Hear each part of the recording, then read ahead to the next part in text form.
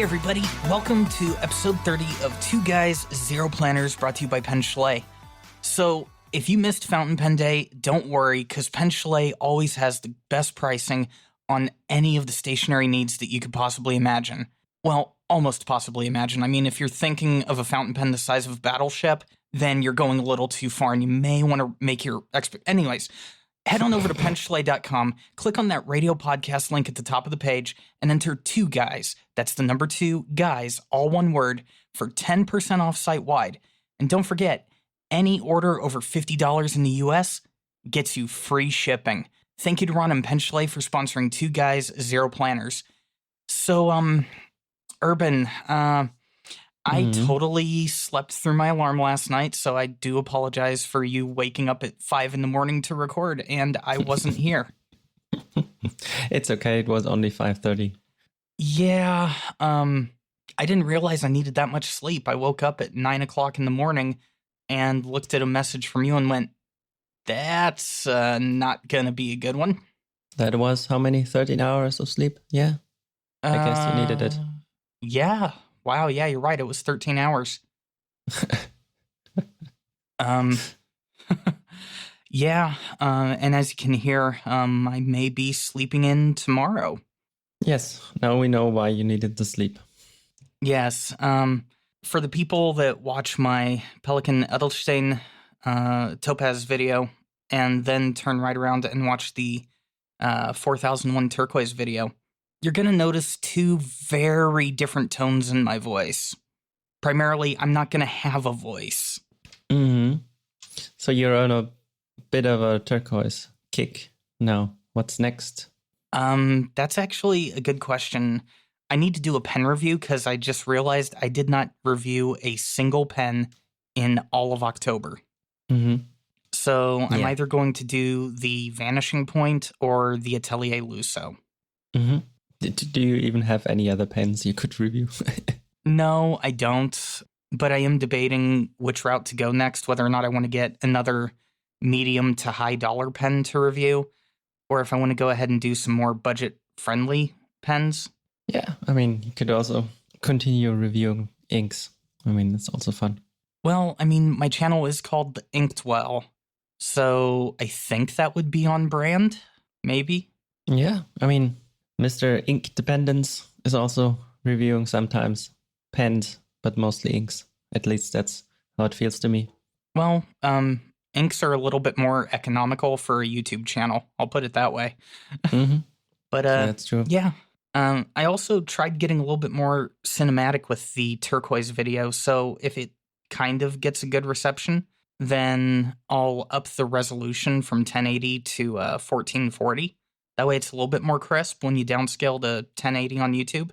And then probably do more videos like that. The panning shots were a lot easier to do the voiceovers with.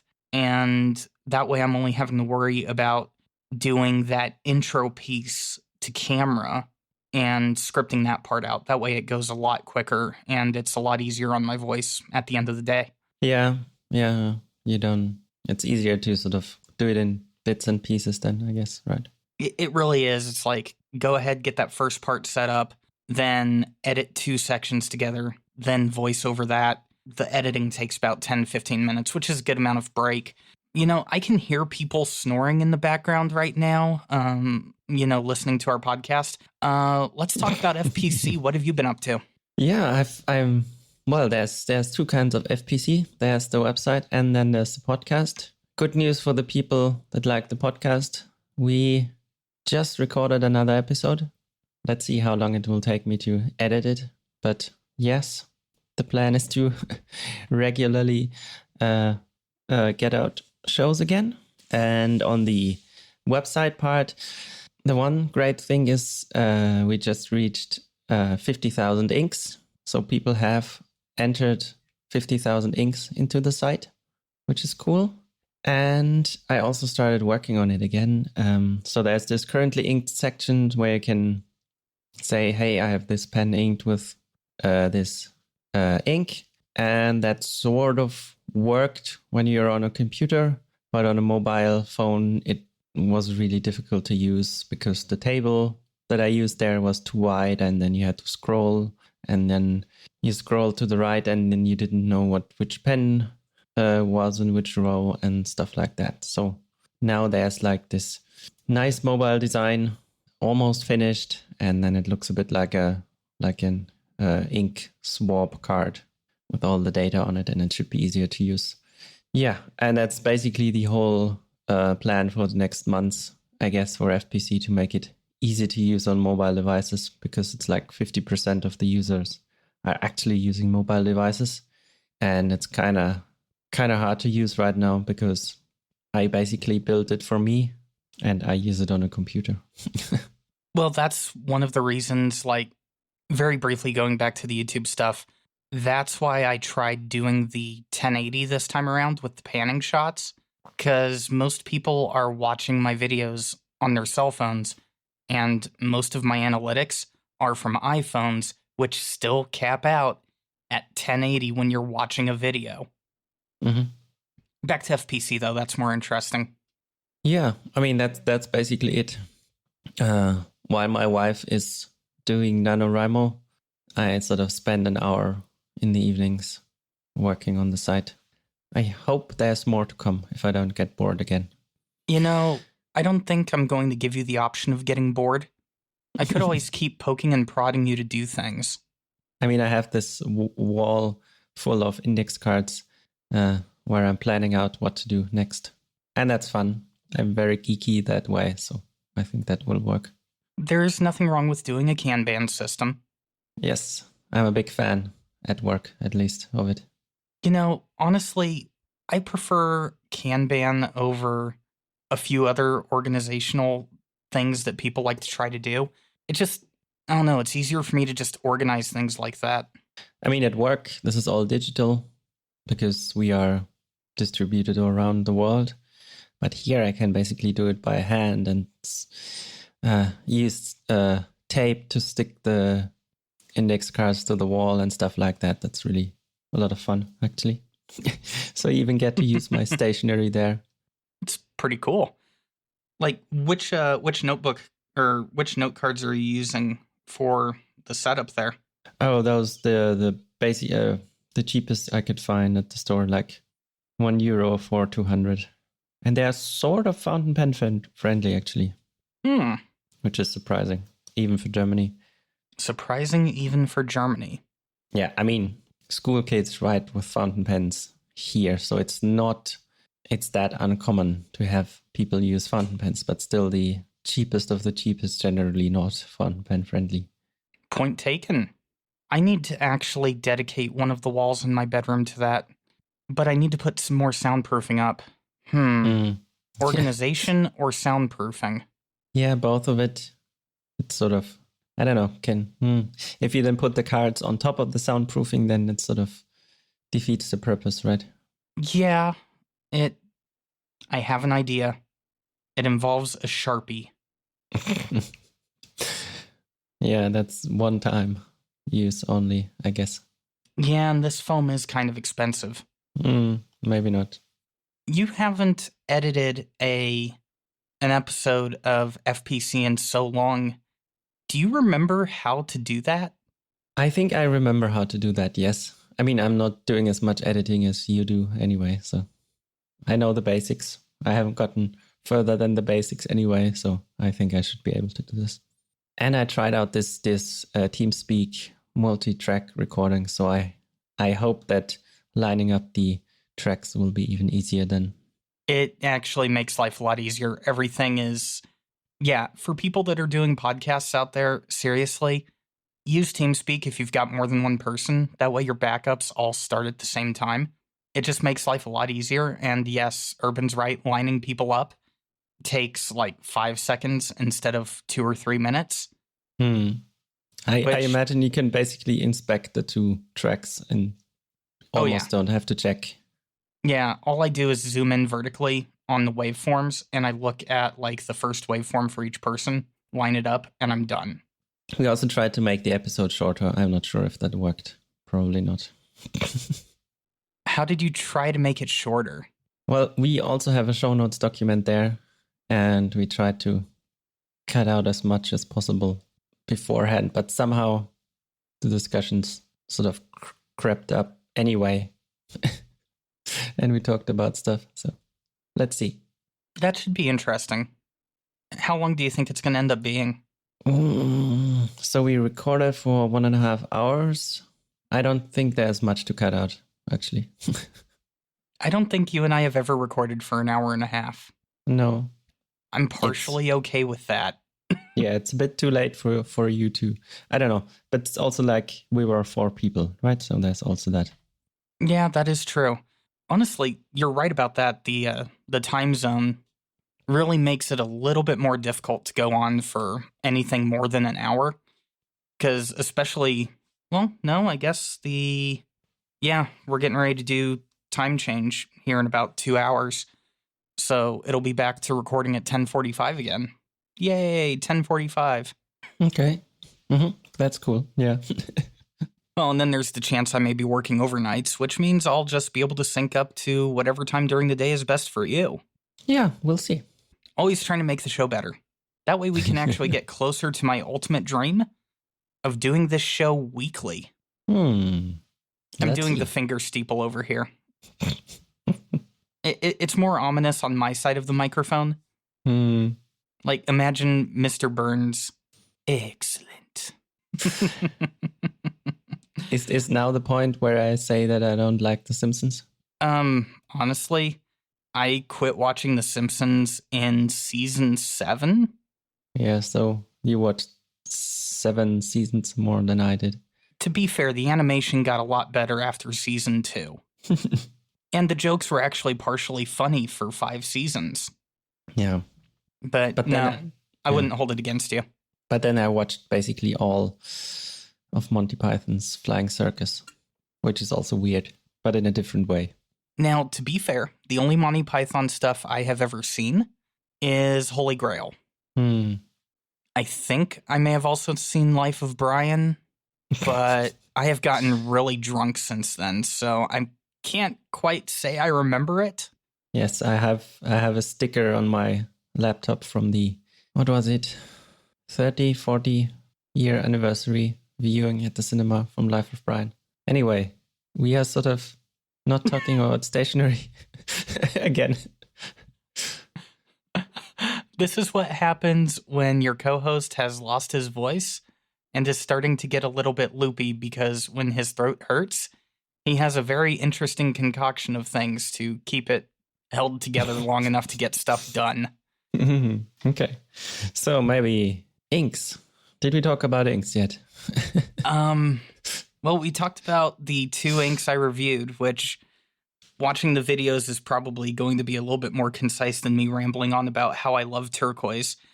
But we've got 2 other actual ink thanks to talk about, and that's Inkvent and some ink samples. So let's start with Inkvent. So, Inkvent. So last year was the first time that, I don't know who proposed it, someone in the Benedict Slack said, hey, how about we do a advent calendar with inks?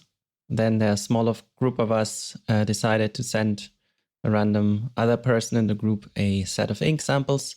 We didn't go for 24 because that's a lot of work to sort of pick out the inks and wrap it up and send it. So we did 12 ink samples and we did it again this year. And it's a lot of fun to sort of get random inks that you've probably would never have picked yourself. And then you get to unwrap one each day and swab it and do stuff. Yeah, I just sent off my package with a month to go. I hope it will be there in time because it takes a while to get to the US, I guess. And the other one is that a while ago, I sold some pens to someone in Switzerland, and I generally ask if they want to have some ink samples, and I sent some, and he sent me some samples back, and there's like some really interesting inks, stuff I wanted to try, like the Troublemaker inks. He sent me 4 different ones, and Citrus Black, so one of the Iron Gall Platinum inks, and then one of the newer Jacques Herbin inks, which the color is nice, but the fact that it has a smell, I'm not so sure. It's really a scented ink. I don't know. We'll have to see. Now I just need to basically finish my 2 notebooks so that I can use something with white paper for the Troublemaker inks, because some of them are just too light to really work on the cream paper that I use right now, and it probably will make the inks look really weird. Yeah, I could definitely see them coming off looking weird. Have you actually tried the citrus black yet? I've only swabbed it. Okay. Well, I have to try that at some point. The one thing I love about citrus black is at least when I tried it, I liked how it went down like just obnoxiously light. And then you could watch it just get super dark within a period of like 15, 20 seconds. Mm-hmm. I love inks that do that. And honestly, citrus black is probably the only yellowish shade of ink that I actually like, because it does finish up with that nice, deep, yellowish tint to it. Whereas some of the other ones I've tried, it's like, I feel like I'm writing with a highlighter.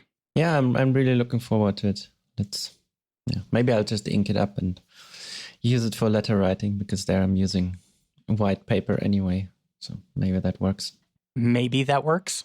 I don't know where I was going with that. Yeah, I'm trying to think. No, I still haven't tried any of the Troublemakers, which I really want to try some of the Troublemakers, but I have to wait for them to open up ordering again. Mm-hmm. Yeah, I mean, especially abalone does look really cool. And it's also turquoise-ish, I would guess. That's actually one of the ones where I do want to get my hands on it. Let me see. Let's pull up their website. Wow. I have it bookmarked. Yay. Yeah. Abalone was definitely on the list of inks I want to try. Along with Bente and turquoise. Yeah, I think I'll also enjoy kelp tea, which of course is green. Of course. I'll tell you what, that, where was it? I was just looking at it. The copper patina. I actually like the way that one looks. Mm-hmm. See, that looks like an ink I really want to get, but it's like, come on, guys. I need you to open up ordering again. I don't think I can pressure them enough to do it, though. I think they're currently preparing for the Manila pen show or something. That makes sense. Maybe afterwards you can order some. Man, that Doña Victorina, that's crazy. That is beyond crazy. I love how they have to give you a warning that this is prone to staining, so proceed with caution. Yeah, I mean, I just cleaned out a pen that's been sitting there for a while. Lamy Dark Lilac. Yes, I can see how that would be difficult to clean out. I have been soaking that for a while, and that's all. Still, some ink is coming out. Now, which stains worse, Dark Lilac or Bay State Blue? Well, I mean, nothing can match Bay State Blue, of course. It's just sort of different. Bay State Blue just sticks to the pen or nib or whatever, anything else, and just stays there, right? Dark Lilac, it's sort of, you can soak it and it eventually comes out. And for Bay State Blue, you have to sort of resort to some chemicals to get it actually out, or at least bleach it, or I don't know, make it disappear that way. I wonder if anyone's ever been crazy enough to try mixing those two inks together. Yeah, you generally shouldn't mix Bay State Blue with normal inks, because they just, so you get, it just falls out and you get, I mean, I think there's a video where someone tried it in a sample vial and it just solidifies, and you don't want to try that in a pen. No, but now I want to try it on YouTube. I need a sample of Bay State Blue and a sample of Dark Lilac. Not a full sample, just 1 milliliter of each. I think there's a Brian Goulet video where I did it on camera. Man, what has he not done on camera? Pen related. Pen related. Yeah, there's not so much, that's true. That Jacques Aubin ink looks very, oh man, that's like my jam, dude. Yeah, the scent I don't know. They could have done it without the scent. Yeah, if they did it without the scent, that would be awesome. But that is my color. Ah, dang it, Urban. Why did you just have to spend $38 of my money? Yeah, let's see. I'll try it, and if I don't like it, I can send it to you then. Let me check one thing. My list of stuff I want to send you is getting longer and longer anyway. The list of stuff I have to send you is, well, it's sitting on my counter. Oh. Yeah, at some point, I'm actually going to get that sent out. I feel like a horrible human being. It's okay. You say that now. One of these days, I'm going to wake up with a message that says, send it now or I will steal your favorite pen. And then I'm going to wonder how you're going to get my pen when you live in a whole different continent. Yeah, maybe. Yeah. Note to self, less hydrogen peroxide next time. Yes. You know, we've got some craziness here in the questions today. Mm-hmm. Let's go through them. But yes. Since I'm giving my voice a little too much of a workout, this time you get to ask the questions. So I get to go first and then listen to you. Okay. So first question by Joel Carranza. Do you have any elaborate system for determining what pens you use on any given day? So I still only have 4 pens, 5 if you include the one that's going to be going to Germany at some point. And that makes it really easy. So the only ritual I would say that I have as far as the pens are concerned is step 1, am I dressed? Step 2, if not dressed, have I already grabbed pen? To proceed with step 3 of putting pen into back pocket. That could be very, very awkward, and that could cause me to end up tripping over a dog, going headfirst into a wall, putting another dent in my wall because I've gone headfirst over a dog way too many times already this year. So yeah, it's really don't touch the pens until I've gotten dressed. And then just literally roll a d4 and whichever number it comes up with is the pen I pick for the day. I have a few more pens. Which pen to use? I don't really have a system for that. I work at home, so all my ink pens are on my desk. So I just pick whatever I feel like. Sometimes I pick one that's almost empty so that I can empty it out and focus on that one. But what I have a system for is which pen to ink up, actually. Because I have too many. And yeah, I also like fun statistics and stuff like that. So I might end up putting that on FPC. So it sort of uses statistics on how long has that pen been empty. The longer it is empty, the higher on the list, on the ranking it will be. How many times have I used the pen in the past? So then it also goes higher. And then, yeah, I just pick one of the top pens in the list. That would actually be pretty cool having a reminder system like that. Yeah, I guess if you have 4 pens, then it maybe doesn't make too much sense. But if you have many, then it's sort of as a reminder, hey, you haven't used that pen for a year or something. Maybe you either want to ink it up or get rid of it. I don't know, man. That kind of got me thinking. The last time I used the 805 was about a month and a half ago. The die has not been rolling a 4, which is actually kind of weird. The D4 I'm using used to be 4 heavy. Maybe I need to start using it in the campaign again. Okay, so that's that. Yes, that's that. Next one, question from Carissa. What sci-fi character would you like to see used as the inspiration for a fountain pen design, and what company would you get to make the pen? I wonder if Star Trek has been done. Okay, I have it. So I would want to see Visconti and Montegrappa do a collaboration for a Borg-themed fountain pen. So the over-the-top design that you get from a Montegrappa fountain pen. And the fact that it doesn't write from Visconti? Well, it doesn't write out of the box, but here's where it turns into a really good pen. If you leave it uncapped long enough, tendrils come out and it actually starts assimilating other fountain pens into itself. And it also has a very flexible nib because, after all, what is the Borg's number one saying? Resistance is futile. And what's that to do with the flexible nib? It was a horrible dad joke. Get it? It's not a stiff nib because resistance is... never mind, it was horrible. Yes, it was. If someone else thought that was funny, talk about it in the Instagram post for this episode. Mm-hmm.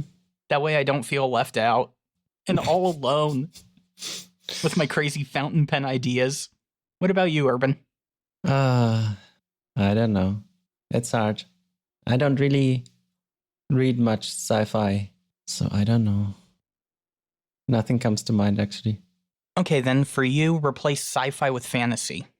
Yeah, still, I'm not a fan of pens that are sort of themed after characters, or I don't really like those. I found that's really weird. No. Really? Yeah. That's not at all what I was expecting. Nothing at all? No, nothing at all. Pens and other, I don't know. Yeah, that stuff doesn't mix for me, actually. Okay, I've got to find a collaboration you'd be okay with. Who would you, which like musical instrument company would you like to see collaborate with a fountain pen maker? I don't know. Wow. No ideas from me today. There's got to be a collaboration there somewhere.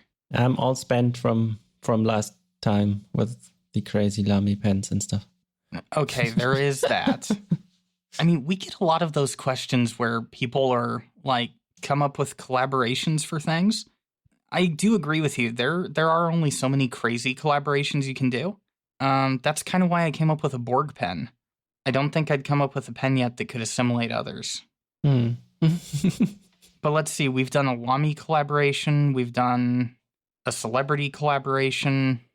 If you could pick a period in time to send a fountain pen back to, what period of time would it be? What would the pen do there? You're sending a fountain pen back to like a head of state or some historical figure or just some random peasant. You're just sending a fountain pen back to somebody. Yeah. I don't know. I think I'm thinking too practical there. I can't be too far in the past because they would put some ink in it that would destroy the pen. So I don't know. Okay, we're also going under the assumption that you can also send 5 or 6 bottles of ink with it. You would still need some paper from the time. It would have to work there. I don't know. Okay, you're sending them an entire care package. They're getting 7 bottles of ink, 2 replacement nibs, a fountain pen, and 8 notebooks. Not just any notebooks, 8 Hipponotos. So it should last a while. Yes. 4,000 sheets of Tomoe River paper. Can I also send it to the future? Sure. Yeah, that sounds more fun. I don't know when, though. The only requirement would be, of course, that humanity still exists. But yeah, other than that, I don't know. Well, you could always send it far enough in the future that humanity's managed to wipe itself out and you're sending a fountain pen forward to whichever organism is taken over at that point. Yeah, that would work. That's true, yeah. Well, that way the future would have something civilized from humanity instead of just radioactive fallout or whatever it causes us to go extinct. Wow, that went to a very dark place. So last question. Yes, from the pen place. If you guys each had to pick 3 of the following brands never to buy, own, or use pens from again, which would they be? Sailor, Platinum, Pilot, Lamy, Kaweco. This is... So we've got to pick 3 of those brands. Yeah. Okay. And you can use the remaining 2 and all other brands. Platinum is my number 3. I'm not a big fan of the price hike that they've recently done over the last year. I don't think the quality has gotten any better. but the prices have gone up, so not a big fan of that. Lamy would be my number 2 choice. I just don't like their designs. Mm-hmm. I've never been a fan of Lamy designs. I've owned 4. Those were some of the first ones I turned around. I don't know what it is about them, but like the finishes, the grip sections, they just never feel right. So that leaves me with Kaweco, Sailor, and Pilot. Mm-hmm. I love a good vanishing point. I also love the Heritage 92. The 74 is a good pen. And overall, their nibs are pretty good. Sailor Pro Gear nibs are pretty good. And I'm convinced that they're different than the 1911 nibs. Even though they aren't. But they are to me. It's my story and I'm sticking to it. Yeah. But in the overall scheme of things, they really only have 3 main body styles. You've got the 1911 style, the Pro Gear style, and then the Rialo style, which is just a Pro Gear with a piston. Mm-hmm. And then you've got Kaweco. I mean, other than the Supra and like the student pen and the other mid-price one, Kaweco is a Kaweco is a Kaweco. They just all look the same. Okay, we're gonna roll a die. I have gotten a D6 out of my pen case, which, yes, I use my pen case for dice. Okay. So 1 and 2 is going to be Sailor. 3 and 4 is going to be Pilot. And 5 and 6 is going to be Kaweco. Mm-hmm. Kaweco. So I can continue to use Sailor and Pilot. I'm okay with that. Yeah, that is good. Okay. So for me, Lamy is probably out as well. At some point, I want to try a Lamy 2000. But other than that, yeah, they are a bit uninspiring, those pens. And I mean, they work, even though I don't like those tripod grips on the Safaris. Yeah, a bit uninspiring. Yeah, number 2 for me would actually be Kaweco. I do really like the design of the Sport, but yeah, the nibs really are hit and miss. Sometimes they are great and sometimes not so. And yeah, that's sort of, if you have to pick and choose which nib to use, and yeah, that's not fun. I do like my platinum pens, so that stays. I also like my Sailor, the one I own, and I might get a few more, at least one Pro Gear at some point, or one of the minis. They look really cool. So I guess Pilot is out for me, also because Pilot seems to specialize in black pens, it seems to me. I mean, they're not bad pens. The nibs are generally good, but yeah, I think Pilot is out for me. Interesting. Actually, no.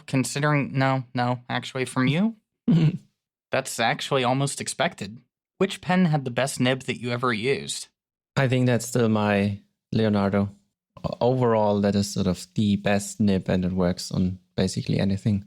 I mean, the music nib on my Sailor is also fun, but this is sort of doesn't work on every kind of paper. So it's not the best nib, I would say, but it's close. One last thing I wanted to look at here with you really quick, since we're on the topic of pens to never use again. Mm-hmm. So, have you seen the 1911 4am? Yes, I have. Okay. I've seen, yep. Now, have you seen the difference in the 2 sets of press photos for it? No. So, on one hand, you've got press photos that make the pen look almost like halfway between navy and sky blue. And then on some of the press photos, it looks just a little bit brighter than navy. What do you think of this Sailor? I don't know. It's not totally my color, especially those. I don't know what this darker plating is called, but yeah, that's also not so much my thing. I mean, if I were to get another sailor, maybe I would spend some money and get one in a crazy color. That's a bit too normal, actually, for a sailor. Yeah, I mean, that's the thing with this particular sailor. Now, this is where you and I differ. I actually like the darker trim on this one. If they had put a different color with it, I think I would actually like it. Mm-hmm. But that color is just... What the heck, sailor? Good thing that there are so many sailors out there. You say good thing. I say if and I ever also get sailor addicted... pens. Mm-hmm. Oh, wait, what? Oh, my. Man, if I ever get addicted to sailors, that's going to be a lot of money. That's and now, true, thanks yeah, to you, I can never say that phrase with a straight face ever again. Thanks, Urban. You are welcome. Yeah, yes, I am definitely welcome. Welcome to what? I have no idea, but I am welcome. So thank you. Thank you so much. I think I'm going to go wipe my mind off with soap now after that. Mm-hmm. Soap and scalding hot water. So, yeah. Thank you for those late night images. If you guys enjoyed this episode of Two Guys, Zero Planners, be sure to leave a like and a comment on your podcast player of choice. If you've got any questions for us, head on over to our Instagram, which is going to be linked down below. And also head on over to the Discord, which will also be linked down below. That way you can ask us questions there so we can answer them here on the show. For a couple months at least, please no collaboration questions. Because if we keep going in that direction, I'm going to do a collaboration with like the Terminator and try to take over the world. And nobody wants that, especially my dogs. My dogs actually still care about humanity for some reason. But yeah, anyways, it's been awesome. Thank you guys for listening. And Urban, I'm going to see you in 2 weeks this time so I can give my throat a little bit of time to recover. Yes, let's do that. 2 weeks. All right. Bye.